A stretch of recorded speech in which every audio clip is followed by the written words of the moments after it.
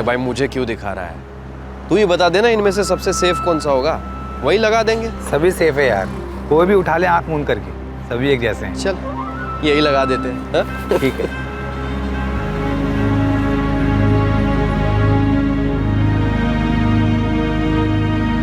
ये सच कहूँ तो मुझे याद भी नहीं कि कब और कहाँ से उड़ाया था ये फोन मैंने। बढ़िया है, चल फिर मिलते हैं। साला फर्जी सिम कार्ड और चोरी के मोबाइल से किसी को धमकाने का मजा तो मतलब डबल हो जाता है। खेल शुरू हो गया नितिन, और इसकी हर बाजी हम जीतेंगे, तू देखते जा।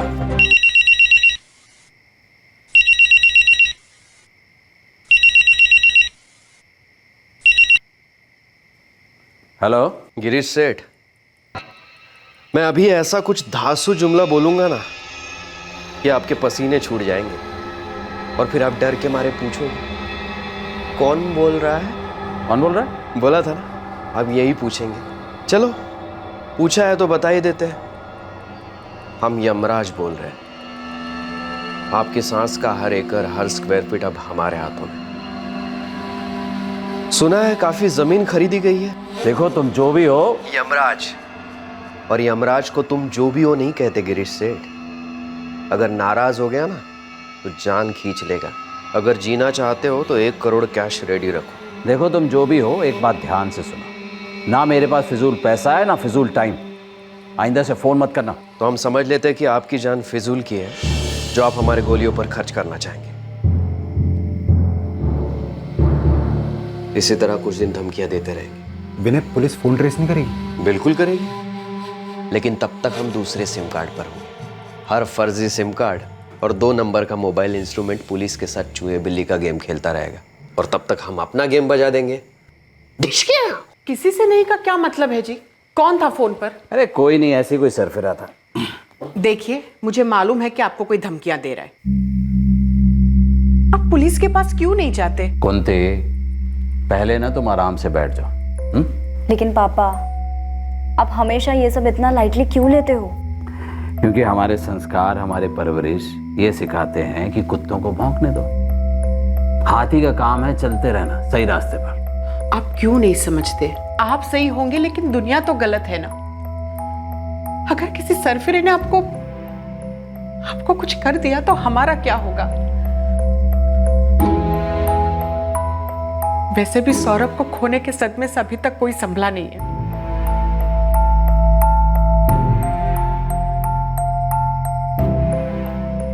पापा, आप बिजनेस कीजिए ना। ये पॉलिटिक्स आप छोड़ क्यों नहीं देते? क्योंकि बेटा, मेहनत से की हुई कोई भी चीज ऐसे कायरों की धमकियों से छोड़ते नहीं है। एक ट्रक से मैंने ट्रांसपोर्ट का बिजनेस शुरू किया था। माँ भवानी की कृपा से आज सब कुछ हमारे पास। अरे खाना खाओ मेम साहिबो। अब धमकियों वाली गोलियां खत्म, अब असली वाली गोलियां चलेंगी। ना, तू बस बाइक चलाएगा ना, उसमें कोई मजा नहीं है। तुझे मजा चाहिए वो मैं तुझे अभी दिलवाता हूं, पर कल सुबह के लिए तैयार रहना। गिरीश कौशल की कहानी खत्म और हमारी शुरू। गिरीश कौशल बाड़मेर शहर का एक जाना पहचाना व्यक्ति था। उसका अच्छा खासा ट्रांसपोर्ट का बिजनेस था, प्रॉपर्टीज में भी डीलिंग्स थी, और इस सब के साथ साथ वो पॉलिटिक्स में भी काफी एक्टिव था। ऐसे आदमी की हत्या कर देने का मतलब रंगमंच के मुख्य किरदार को पहले ही अंक में मंच से बाहर कर देने जैसा था। लेकिन इस मंच का रंग भंग हो गया। इस हत्याकांड की पटकथा में कुछ ऐसे मोड़ आए जिसकी नाटककार ने कल्पना तक नहीं की थी। ये आउट ऑफ स्टोरी इम्प्रोवाइजेशंस, ये कहानी में आए बिन बुलाए ट्विस्ट सारे रंगमंच को भारी पड़ गए।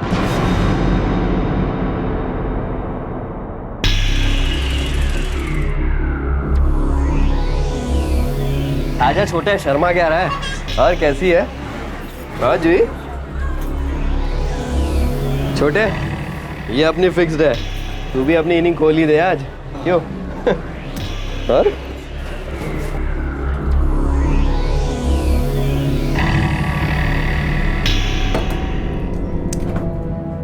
इससे क्या छू रही है?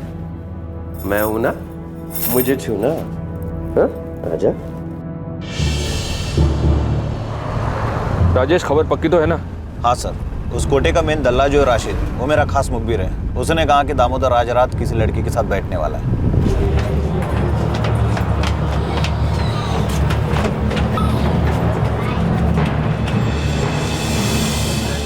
हुजूर, आप सब खैरियत तो है? ये दामोदर किस कमरे में है? साहब, हम अपने ग्राहकों को ना उनके दाम से जानते हैं, उनके नाम से नहीं। ए, डायलॉगबाजी बंद कर नगमा। अभी ये बता दामोदर कहाँ है? हम लोगों को पता है कि यहीं किसी कमरे में बैठा है वो। अरे साहब, धंधे का टाइम है, हर कमरे में कोई ना कोई मर्द तो मिलेगा ही ना आपको। तो समझ, तेरी मंदी का टाइम शुरू होने वाला है नगमा। राजेश, सरोजनी, यहाँ इस वक्त जितने भी मर्द हैं सबको अभी कभी घसीट के बाहर निकालो और लाइन अप करो। वो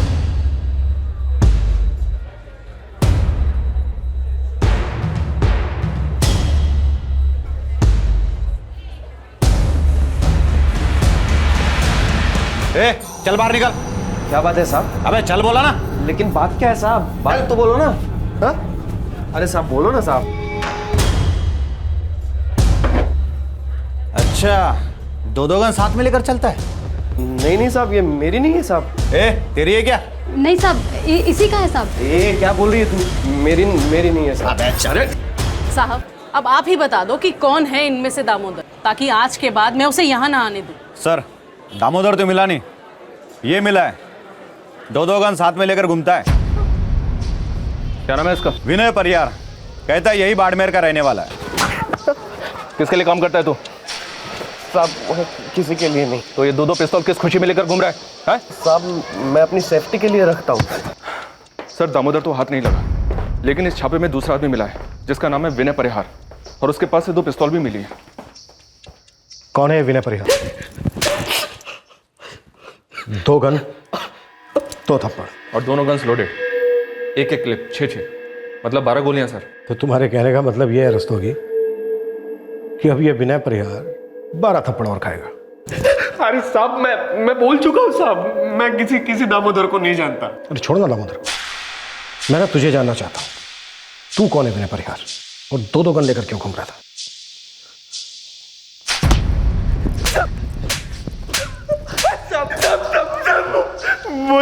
बोलता हूँ साहब, वो बंदूकें मेरी ही है साहब। मैं बंदूकें सप्लाई करने का धंधा करता हूँ, पर साहब मैं किसी दामोदर को नहीं जानता, सच्ची में साहब। रस्तोगी, इलीगल आर्म्स पोजीशन 1 लगा दो, और तब तक कुत्ता साले को जब तक कि दामोदर का पता नहीं बता देता। मैं सच बोल रहा हूँ। विनय परिहार बाड़मेर के बिजनेसमैन गिरीश कौशल का कत्ल करने वाला था। एक रात पहले वो एक कोठे से पकड़ा गया। पुलिस उसे नहीं किसी और क्रिमिनल को ढूंढ रही थी, लेकिन अब विनय पकड़ा गया था। क्या विनय खुद अपने प्लान के बारे में पुलिस को बताएगा? आने वाले समय में यह केस इस कदर सर के बल उलट गया, गुलाटियां मारता गया, जो शायद लंबे अरसे से इन्वेस्टिगेशन टीम ने नहीं देखा था, शायद कभी नहीं देखा था। क्या कहा था मैंने? हाँ, ऐसे ही लोग धमकियां देते रहते हैं। बंद हुई कि नहीं? बिना पुलिस के पास गए। पर इतने हफ्ते हमारी नींद हराम हुई, उसका क्या? ऐसा करते हैं, कहीं दूर चले जाते हैं छुट्टियों, जितना सोना है सो लेना। हाँ, उठोगी तो फाइन लगेगा। आपको भी ना हर बात पे मजाक सूझता है। रात को डिनर पर चलते हैं, ठीक है?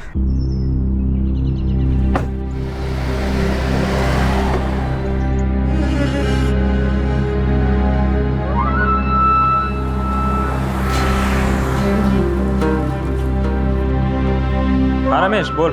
आज भी अकेले ही निकला है, ड्राइवर नहीं है, खुद ही गाड़ी चला रहा है। फिर तो बढ़िया है हमारे लिए।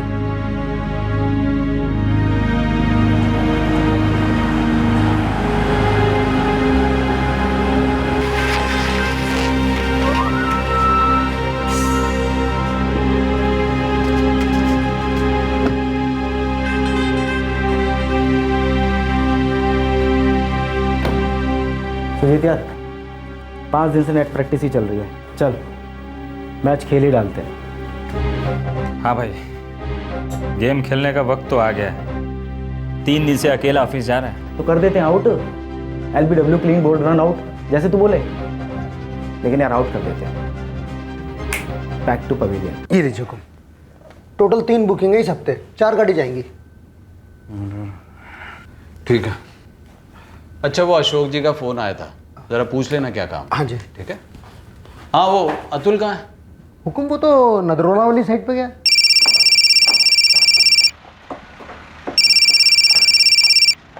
हाँ जी सर जी, नमस्कार। सब कुछ सही जा रहा है ना? टाइम पर, बजट में? सर जी आप बेफिक्र रहिए, टाइम और पैसा दोनों बचा कर दूंगा आपको मैं। वैसे सर एक प्लॉट देख रखा है यहीं अपने नदरोला में। कहाँ पर है? यहीं अपने हाईवे पर ही है। मतलब कोई एयर कंडीशन ढाबा वाबा खोल देंगे तो सोने की मुर्गी समझो आप। आप कहें तो पार्टी से बात चलाऊं? हाँ, सही दाम दे रहे हैं तो ले लेंगे। अच्छा सुन, विश्वनाथ जी से बात हुई? वो अपने बाकी के 2 बीघा देने को तैयार है कि नहीं? अरे नहीं सर, मना कर रहा है, बहुत ट्राई किया। एक काम करता हूँ सर, एक बार फिर ट्राई करता हूँ, आखिरी बार। भाई हमारा काम है ईमानदारी से पूछना, कोशिश करते रहना। अब जिसको जमीन नहीं बेचनी नहीं बेचेगा।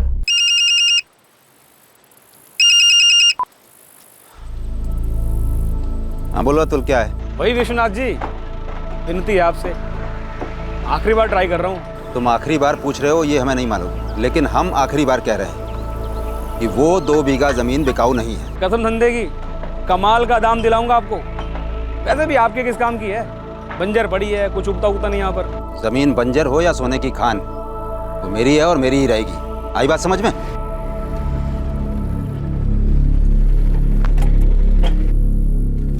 लो बापू, खाना खा लो। क्या हुआ, इतना टेंशन में क्यों दिख रहे हो? और ये फोन किसका था? वही गिरीश कौशल के एजेंट अतुल का। क्या चाहते हैं ये लोग? साये की तरह पीछे पड़ा है जमीन बेचने के लिए। कितनी बार बोल चुका हूँ कि जमीन नहीं बेचूंगा, पर सुनता ही नहीं है।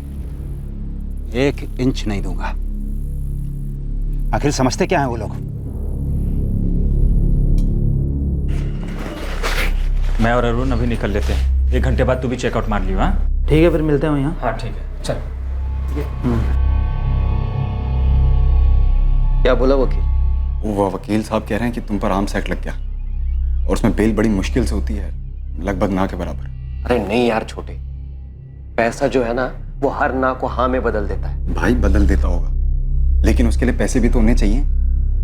विनय, सारे पैसे खत्म हो गए अपने पास। भाई बहुत लड़की चल रही है। गिरीश कौशल की हत्या करने निकला विनय परिहार जेल पहुंच गया था। उस पर गैर कानूनी हथियार रखने के जुर्म में केस चल रहा था, लेकिन गिरीश कौशल की हत्या का षड्यंत्र फिर से रचा गया। किसने रचा, कैसे अंजाम दिया गया, इन सभी सवालों के जवाब पुलिस को आसानी से नहीं मिलने वाले थे।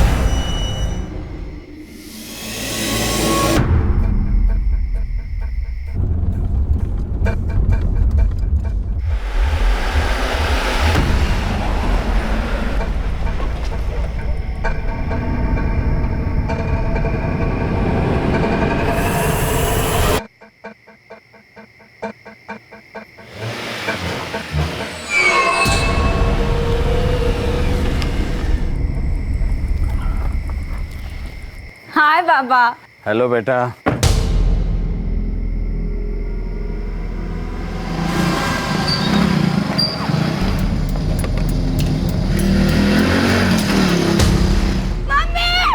क्या हुआ? अरे कोई है? बचाओ! गिरीश उठिए ना, गिरीश! गिरीश!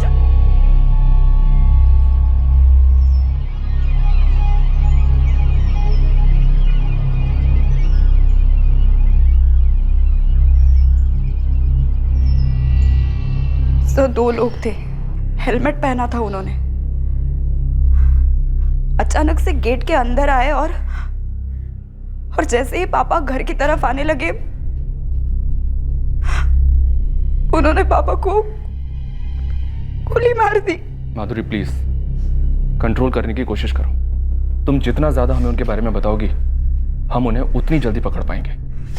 क्या उन दोनों के साथ कोई और भी था? फायरिंग के बाद वो भागे कैसे? सर मैं तो पापा की तरफ भागी, लेकिन हाँ मैंने एक बाइक के जाने की आवाज जरूर सुनी। कुछ और बता सकती हो? मेरा मतलब कुछ भी। सर सब कुछ इतना फास्ट हुआ, कुछ भी नहीं पता चला। उनकी एज क्या हो सकती है? मेरा मतलब उनकी बॉडी लैंग्वेज से तुम्हें कुछ पता चला हो कि वो यंग थे या? हेलमेट पहन रखा था और रात भी काफी थी, तो कुछ समझ में नहीं आया। और तुम बाद में अंदर से बाहर आई? हाँ सर, मैंने आवाज सुनी थी, फिर माधुरी दीदी चिल्लाई तो मैं और मम्मी भाग के बाहर गए। कुंती जी सॉरी, लेकिन हमें आपसे भी कुछ सवाल पूछने हैं आपके पति के बिजनेस के बारे में।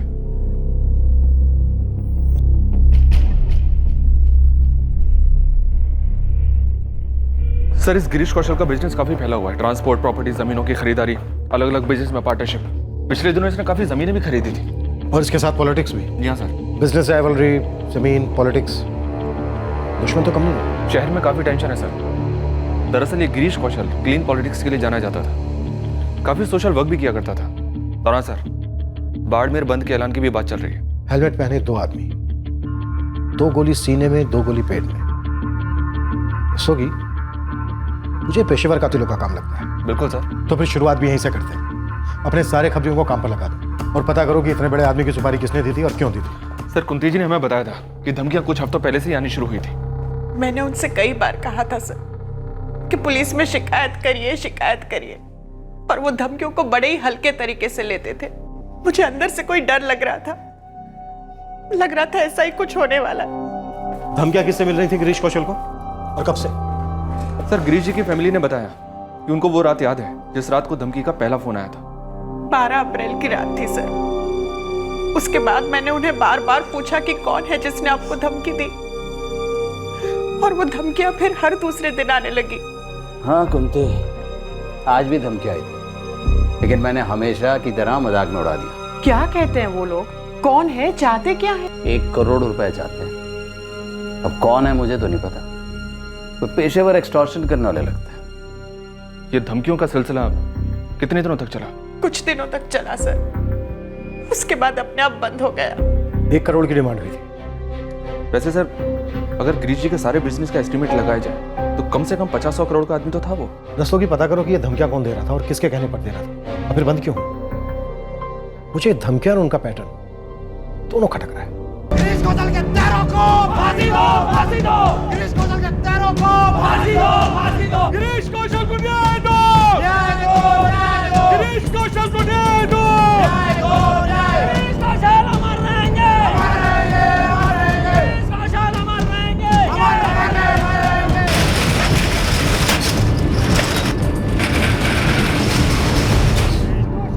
गिरीश कौशल की इस भयंकर हत्या की वजह से उनके समर्थकों का आक्रोश सड़कों पर उमड़ पड़ा। शहर के कई हिस्सों में बंद कामयाब रहा, तनाव बना रहा। गिरीश का कारोबार काफी अच्छी तरह बढ़ रहा था, फैल रहा था। उसे कोई अच्छी सिक्योरिटी रखनी चाहिए थी। देखो क्या जमाना आ गया है। जब किसी के लिए कुछ करता है, समय निकालता है, भला करता है, उसके साथ ऐसा होता है। विश्वास ही नहीं होता कि नहीं रहे वो। अभी परसों ही तो कह रहे थे कि विश्वनाथ से बात करोगी, वो 2 बीघा जमीन हमें बेच दे। अब उस सब बारे में बात करके क्या फ़ायदा। मगर उस वक्त गुरी जी अच्छे दाम देते तो शायद मैं हाँ कह देता, लेकिन इतने कम दाम बताए कि मन ही नहीं किया बेचने का। सब लिखित होता है जी। देखिए ना, बड़ी अजीब किस्मत पाई है इस कौशल परिवार ने। पिछले साल इकलौता जवान लड़का मारा गया एक्सीडेंट में, और अब घर के कर्ता गिरीश जी नहीं रहे।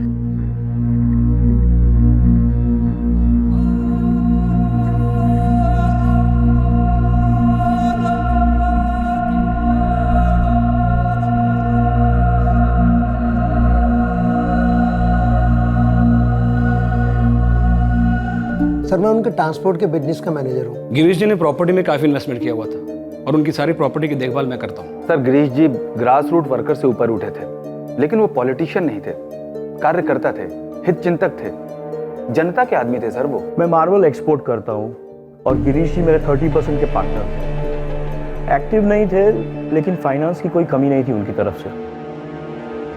फायदा किसको हो सकता है उनके मर्डर से प्रहलाद जी? ये बताना मुश्किल है सर। क्यों? कई लोग हैं क्या जिनको फायदा हो सकता है? नहीं सर, अब उनके मरने से नहीं बल्कि उनके जिंदा रहने से ज़्यादा फायदा था। जो लोग भी उनके संपर्क में आते थे, उनके दोस्त बनते थे, उनकी तो चांदी हो जाती। तो प्रहलाद जी किसी ने उन्हें मार दिया और बताकर मारा है। धमकियां मिल रही थी उन्हें। गिरीश सर ऐसी धमकियों से कभी नहीं डरे। अब इतने बड़े आदमी थे, कोई ना कोई तो ऐसा होता ही था जो जलता था उनकी कामयाबी से। जलने वाले, धमकी देने वाले, या जो धमकियां दे सकते थे, सबके नाम चाहिए मुझे अभी। लिख कर दीजिए। सॉरी सर, लेकिन ऐसे कैसे किसी का नाम लिख दूं? पेन से लिख दो। क्या कोई और तरीका जानते हो लिखकर देने का? वैसे लिख दो, एसएमएस कर सकते हो मुझे उन सब के नाम चाहिए जो गिरीश कौशल के दोस्त नहीं थे। लेकिन सर उनका तो कोई दुश्मन भी नहीं था। तो ऐसा कोई था जिसे गिरीश कौशल की पर्सनल या प्रोफेशनल लाइफ की वजह से कोई ठेस पहुंची हो? गिरीश जी ने कई किसानों से बंजर जमीनें खरीदी, एक अरसे से खरीदते आए थे। फिर आ गया हाईवे और रातों रात जमीनों के भाव 100 गुना बढ़ गए। तो उन सभी बेचने वालों के दिलों को तो जरूर ठेस पहुंची होगी। तो उनमें से ऐसा कौन था जो अपनी बेची गई बंजर जमीन के नुकसान को गिरीश कौशल के खून से सींचना चाहता था? नाम लिख दो। लेकिन सर मैं ऐसे कैसे किसी का नाम लिख दूं? अतुल, तुम्हारे बॉस का कत्ल हुआ है। अगर उसके चलते हम 10-12 लोगों को पूछताछ के लिए बुला लेंगे तो उन पर कोई कहर नहीं टूट पड़ेगा और ना ही तुम पर। नाम लिख कर दो।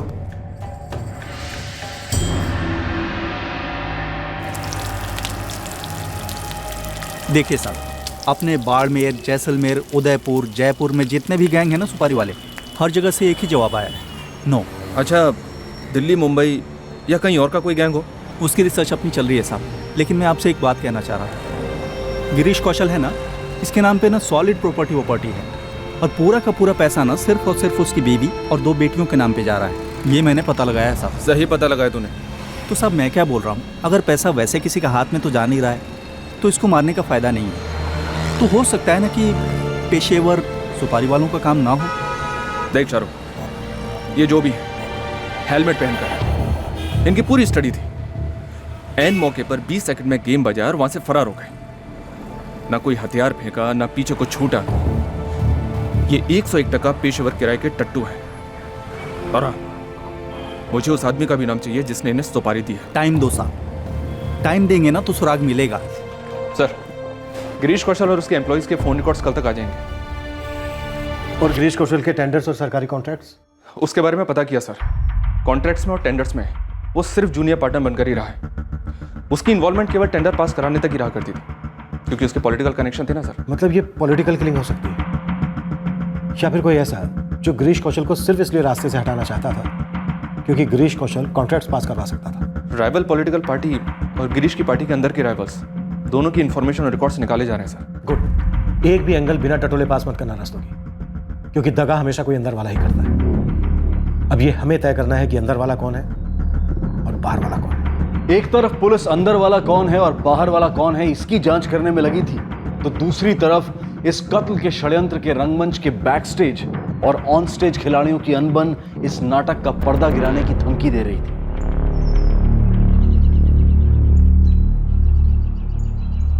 भाई काम हो गया, सब हो गया, अब क्यों रुकूं मैं इस रेगिस्तान में? यार अरुण, थोड़ा सा रुक जा यार। नहीं नहीं नहीं भाई, मुझे कल लखनऊ लौटना है।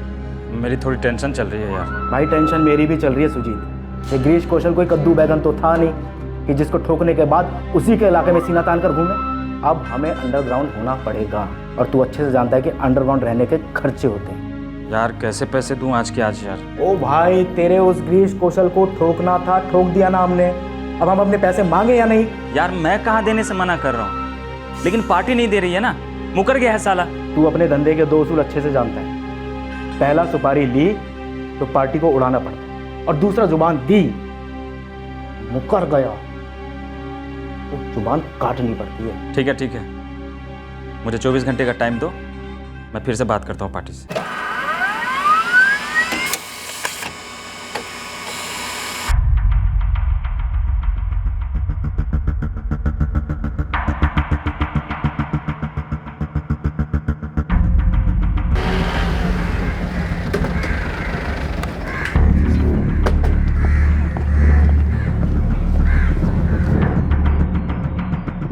सर, यही नंबर होगा? हाँ सर, क्योंकि उस रात फर्स्ट टाइम जब पापा को फ़ोन आया तब हम लोग खाना ही खाने वाले थे।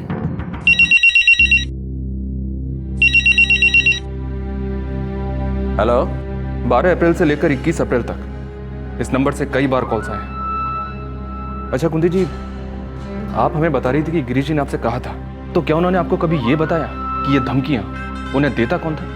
दरअसल वो हमें कोई टेंशन नहीं देना चाहते थे, इसलिए वो हमें सारी बात बताते ही नहीं थे। लेकिन सर, ये वाली 12 अप्रैल वाली पापा की बात हमारे सामने हुई थी। ठीक है।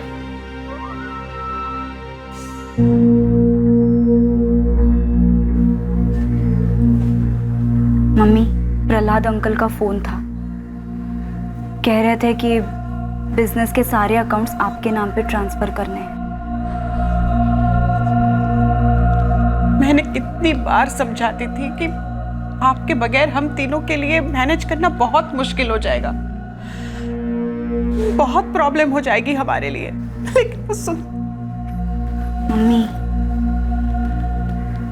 मैं समझती हूँ हमें रोना चाहिए, आगे भी हम रोएंगे, लेकिन एक बात तो चेंज होने वाली नहीं है। पापा अब वापस नहीं आएंगे मम्मी। हमें उनके बिना मैनेज करना होगा, एक दूसरे की हेल्प करनी होगी मम्मी। अब बस यही रास्ता है। सर, हमारा ये नंबर तो प्रीपेड है, अब तक तो 50 आइडेंटिटीज बदल चुका होगा। इतनी सारी आइडेंटिटीज का कोई रिकॉर्ड नहीं रखते तुम लोग? सर, ये प्रीपेड सिम कार्ड का इतिहास बहुत लंबा चौड़ा होता है, किसी एक कस्टमर के पास नहीं रहता, आईडीज बदलती रहती है। फिर भी मैंने खंगाल के 50 एक नाम निकाले हैं आईडी के, वो मैं आपको भेज देता हूँ। बट सर हाँ, एक बात और है, इनमें से कई नाम फर्जी भी हो सकते हैं। इस सिम कार्ड की जो भी कुंडली है तुरंत भेज दे। सर, सिम तो फर्जी ही निकला और इंस्ट्रूमेंट भी बाबा आदम के ज़माने का है, लेकिन फिर भी IMEI ट्रैकिंग के लिए डाल दिया है। दोस्तों की इस नंबर के पीछे ज़्यादा टाइम खर्च करने की ज़रूरत नहीं है। मुझे सीरियस डाउट है कि इस नंबर से कुछ हासिल होने वाला है।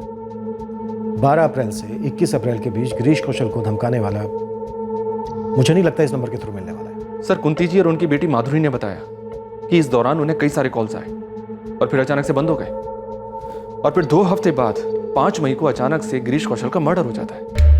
इतना लंबा गैप, और इस गैप में एक भी एक्सटॉर्शन का कॉल नहीं। मुझे तो लगता है सर, ये एक्सटॉर्शन का केस है ही नहीं।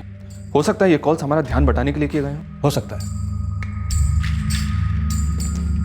आधे से ज्यादा किलर्स जो अपने आप को शातिर समझते हैं ऐसे ही मिसलीड बनाते हैं। हमें बस एक बार इस मिसलीड का पता चल जाए, किलर्स तक पहुंचने का रास्ता हमें अपने आप मिल जाएगा। स्तोगी, मुझे अभी भी स्ट्रांग फीलिंग हो रही है कि कोई ना कोई अंदरूनी मामला है।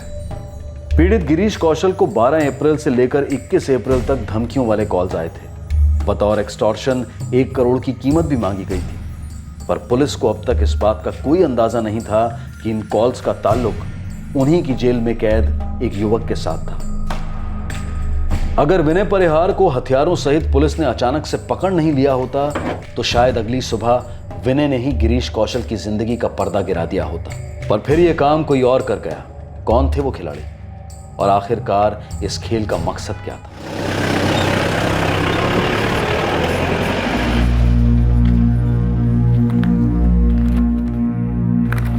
प्रहलाद अंकल, बहुत सी चीजें ऐसी हैं जो अब मुझे संभालनी है, जिनके बारे में मैं कुछ नहीं जानती। बेटा, मैं और अतुल है ना, हम दोनों तुम्हारे पापा के बहुत करीबी थे और विश्वास पात्र भी।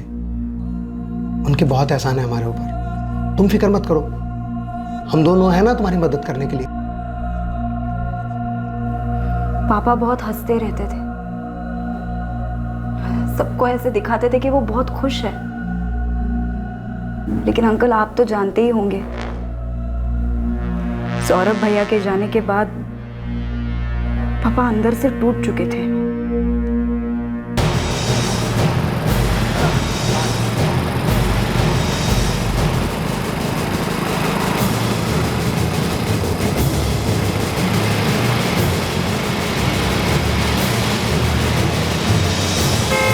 गिरीश कौशल के बेटे सौरभ का वाकई में एक्सीडेंट हुआ था या फिर करवाया गया था? सर, ये जोधपुर का केस था। वहां के इन्वेस्टिगेटिंग ऑफिसर से मेरी बात हुई। सौरभ कौशल की डेथ ऑन द स्पॉट हुई थी। किसी पर शक? शक की कोई गुंजाइश ही नहीं थी। एक्सीडेंट वाली कार हमारे जोधपुर के एक बिजनेसमैन की थी। वही लड़के को हॉस्पिटल लेके आए थे। गवाह थे 2-3। उन्होंने बताया कि लड़का रॉन्ग साइड पर बिना हेलमेट की गाड़ी चला रहा था। कार वाले का कोई फॉल्ट नहीं था, इसलिए हमने एक्सीडेंटल डेथ रिकॉर्ड रजिस्टर कर दिया। ADR फाइल करने के 1 महीने के बाद जोधपुर पुलिस ने इस केस को क्लोज कर दिया। हो सकता है एक्सीडेंट वाकई में हुआ। अपना खबरी नेटवर्क अभी तक खामोशी है। सबके सब एक ही बात बोल रहे हैं सर।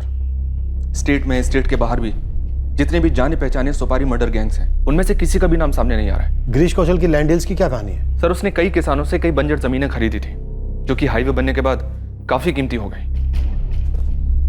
फिर तो कई लोगों के दिल चले होंगे। चले तो होंगे सर। वैसे उसके ज्यादातर सौदे ठीक ठाक ही गए थे। ज्यादातर? मेरा मतलब है सर, कुछ कोर्ट के अंदर सेटल हुए, कुछ कोर्ट के बाहर सेटल हुए।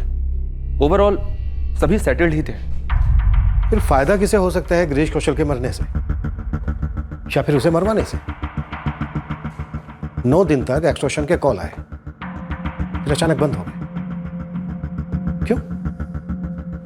और उसके 2 हफ्ते बाद गिरीश कौशल का मर्डर हो जाता है। रस्तोगी,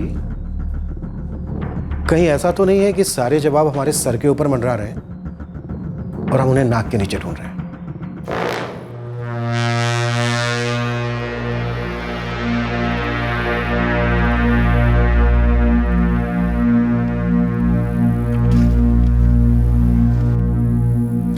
ये 50,000 रुपये एडवांस के जो आपने मांगे थे, एक बार रजिस्ट्रेशन हो जाए बाकी के पैसे चेक में दे देंगे। ठीक है, लेकिन सौदा जल्द से जल्द हो जाना चाहिए।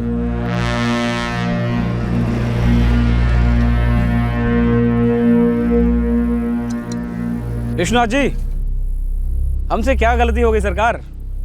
जो दाम गिरीश जी आपको उस 2 बीघा बंजर जमीन के लिए दे रहे थे, आपके लड़के केदार ने कहीं कम दाम में किसी और को बेच दी। अरे तो मैंने कहा ना, ऐसा नहीं था कि ज़मीन बेचनी नहीं थी हमें। और ऐसा भी नहीं था कि हम एक ही दाम पे अड़े हुए थे, पर आप तो बात करने को तैयार ही नहीं थे।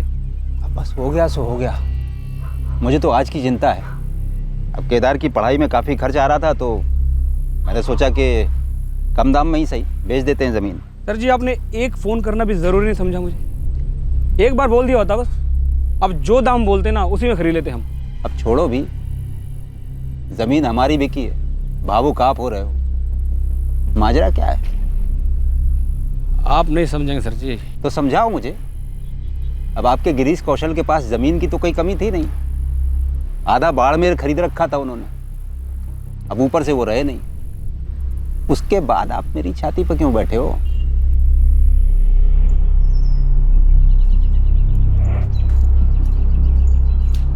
अरे सुन नितिन।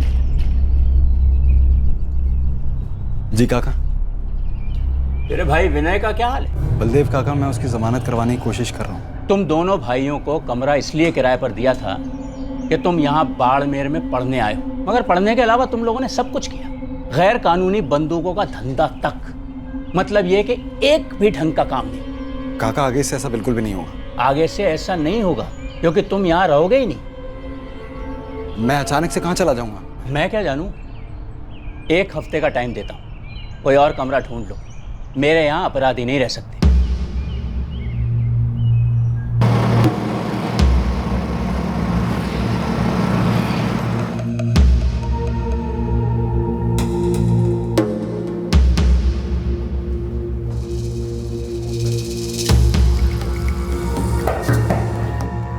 कौन है?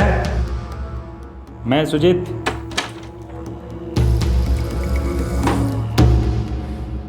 $50,000 है। 50 क्या होते हैं बे? 50 में हम ये मच्छर नहीं मारते। बहुत हाथ पैर मारने के बाद निकलवाए मैंने अरुण। ओ, हाथ पैर मारने की बात कर रहे हो? हमने पूरा का पूरा आदमी मार दिया और इतना साफ काम किया है ना हमने। पुलिस को एक सुराग तक नहीं मिला। किसी को नहीं मालूम कि हमारे गैंग ने सुपारी उठाई है। खबर ही कुछ नहीं बोल पाए उन्हें।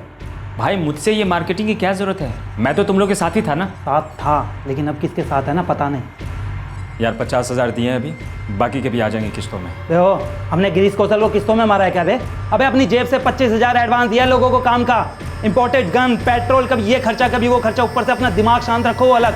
ऊपर से तू ये 50 पैसे खुले दिखा रहा है। 6 लाख का बात हुआ था ना? 6 लाख चाहिए कैश। भाई मैं भी तो यही चाहता हूँ कि तुम लोगों को 6 लाख दूं और चुकता करूं, लेकिन ये साला सामने वाली पार्टी की लगी पड़ी है, दे ही नहीं पा रही है। तो ये काम करते हैं ना, पार्टी को ही उड़ा देते हैं। जो आज नहीं दे पा रहा है वो कल कहाँ से देगा? अबे हमारा पैसा नहीं मिला कोई बात नहीं, लेकिन कम से कम दिल को सुकून तो रहेगा। जिसने हमारा पैसा मारा हमने उसको मार दिया। ना ना, पार्टी को कुछ भी हुआ इस वक्त तो बात बहुत बिगड़ जाएगी, हम सब फंस जाएंगे, जेल चले जाएंगे। तो तू एक काम कर, पार्टी से मिला दे मुझे, मीटिंग फिक्स करा दे मेरी। मैं आंखों में आकर डाल के खुद पूछ लूंगा कि भाई पैसे दे रहे हो या नहीं। ठीक है, बात करता हूँ पार्टी से। मेरा है।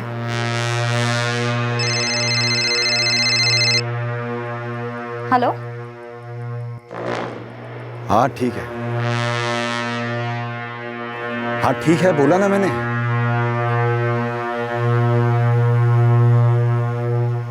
जमीन के बाकी पैसे कब देंगे केदार? और रजिस्ट्रेशन हो जाने के बाद चेक देंगे बापू।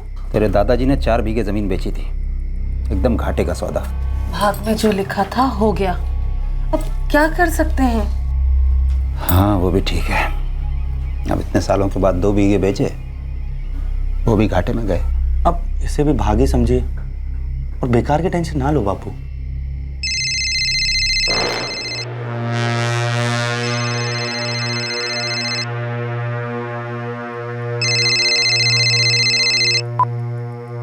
हाँ बोलो।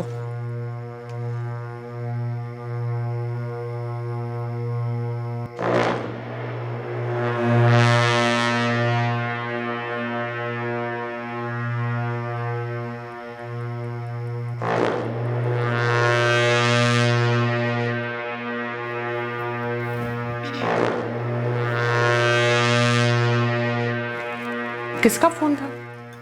प्रहलाद अंकल का था, कुछ काम था उन्हें। बेटा माधुरी, मैं नहीं चाहती कि तुम ऑफिस के काम की वजह से कॉलेज की पढ़ाई के ऊपर ध्यान न दो। मम्मी, ऐसा नहीं होगा। कॉलेज और ऑफिस दोनों संभालूंगी मैं। माधुरी दीदी, पुलिस को कुछ पता चला कि पापा को किसने? नहीं श्वेता, अभी तक कुछ नहीं पता चला। कल ही बात हुई थी पुलिस से।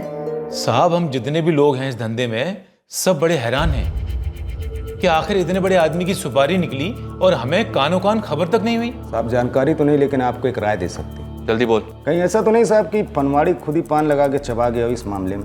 मतलब क्या है तेरा?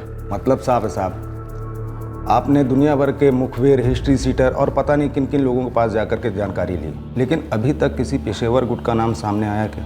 अभी तक तो नहीं, और शायद आगे आएगा भी नहीं, क्योंकि ये काम किसी पेशेवर गुट के अपराधी का हो ही नहीं सकता। हो सकता है जिस पार्टी को गिरीश कौशल से सबसे ज्यादा दिक्कत थी, उन्हीं ने उसका काम तमाम कर दिया हो। ये तो फ्री फॉर ऑल हो रहा है। हर कोई हरफन बोला बनकर अपनी थ्योरीज बांट रहा है, वो भी फ्री में। और प्रैक्टिकल में हमारे हाथ में क्या है? जीरो। आज तक किसी भी केस में हमने हिस्ट्री शीटर्स को या खबरियों को इतना टेस्ट नहीं किया, लेकिन सबके सब एक ही बात कह रहे हैं कि कुछ नहीं है। नहीं रस्तोगी, ऐसा हो ही नहीं सकता कि कुछ नहीं है। तुमने गिरीश की बीवी, उसकी बेटी से बात की? कोई घरेलू मामला, अफेयर शफेयर, किसी रिश्तेदार के साथ कोई खटास? बीवी का अफेयर हो सकता है, बेटी का अफेयर हो सकता है। ये एंगल तो हमने अभी तक सोचा नहीं है। मैं कौशल परिवार के सारे पर्सनल चिट्ठे खोलता हूँ, शायद कुछ मिल जाए।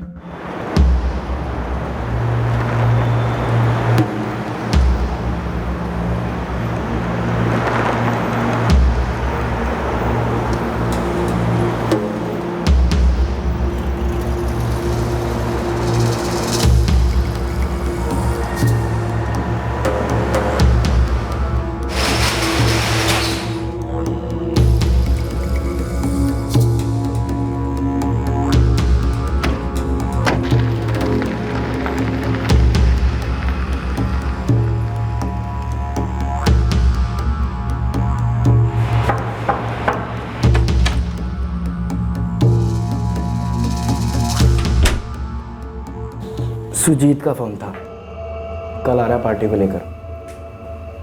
पता क्या करें? पार्टी को ठोक कर निकल जाए घर के लिए? उसके बारे में बाद में सोचते हैं, अभी मैंने कुछ और सोचा है। क्या सोच रखा है? यहीं जैसलमेर में एक बड़ा हाथ मारते हैं। कोई घर या दुकान देख रखी है? दुकान है सुनार की। बड़ी? नहीं, छोटी है, लेकिन मैंने मुआयना किया है। जम के झपटे ना 4-6 लाख कहीं नहीं गए। पकड़े जाने का रिस्क? वो तो है, लेकिन इतना भी नहीं कि रिस्क ना ले सकें। ठीक है, करते हैं। पहले सुजीत और इस पार्टी से निपट लेते, उसके बाद जेवरों पे चपटते।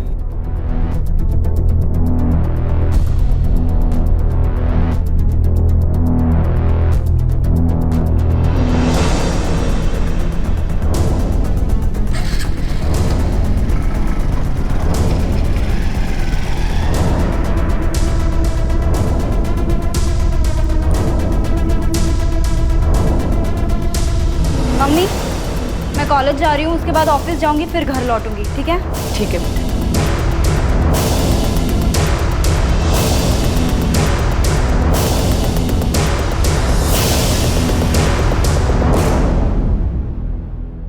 खून से रंगे इस रंगमंच पर कई पात्र अपना किरदार निभा रहे थे। इस पटकथा में कई प्लॉट थे, सब प्लॉट थे, जो अपनी अलग अलग कहानियां बयां कर रहे थे। ये कहानियां आपस में कुछ ऐसी उलझ गईं कि अब कौन क्या किरदार निभा रहा है ये वो खुद नहीं जानता था। क्या इस केस की इन्वेस्टिगेशन इन उलझी कहानियों को सीधा कर पाएगी? क्या इस रंगमंच का पर्दा गिरेगा या फिर पर्दाफाश होगा? इसी दौरान इस रंगमंच से जुड़े कुछ खिलाड़ियों ने एक और जुर्म, एक और कांड की तैयारी शुरू कर दी। क्या यह जुर्म करने से पहले उन्हें रोका जाएगा? क्या वो कभी पुलिस के हाथों में आ पाएंगे? इन सारे सवालों के जवाब हम आपको देंगे इस केस के दूसरे और आखिरी भाग में कल रात 11 बजे। फिर मुलाकात होगी, तब तक सतर्क रहें, सुरक्षित रहें और देखते रहें क्राइम पेट्रोल सतर्क। सबक एक को, सीख हम सबको। जय हिंद। क्राइम पेट्रोल के और भी दिलचस्प कहानी देखने के लिए हमारे चैनल को सब्सक्राइब करें और बेल आइकॉन दबाना न भूलें।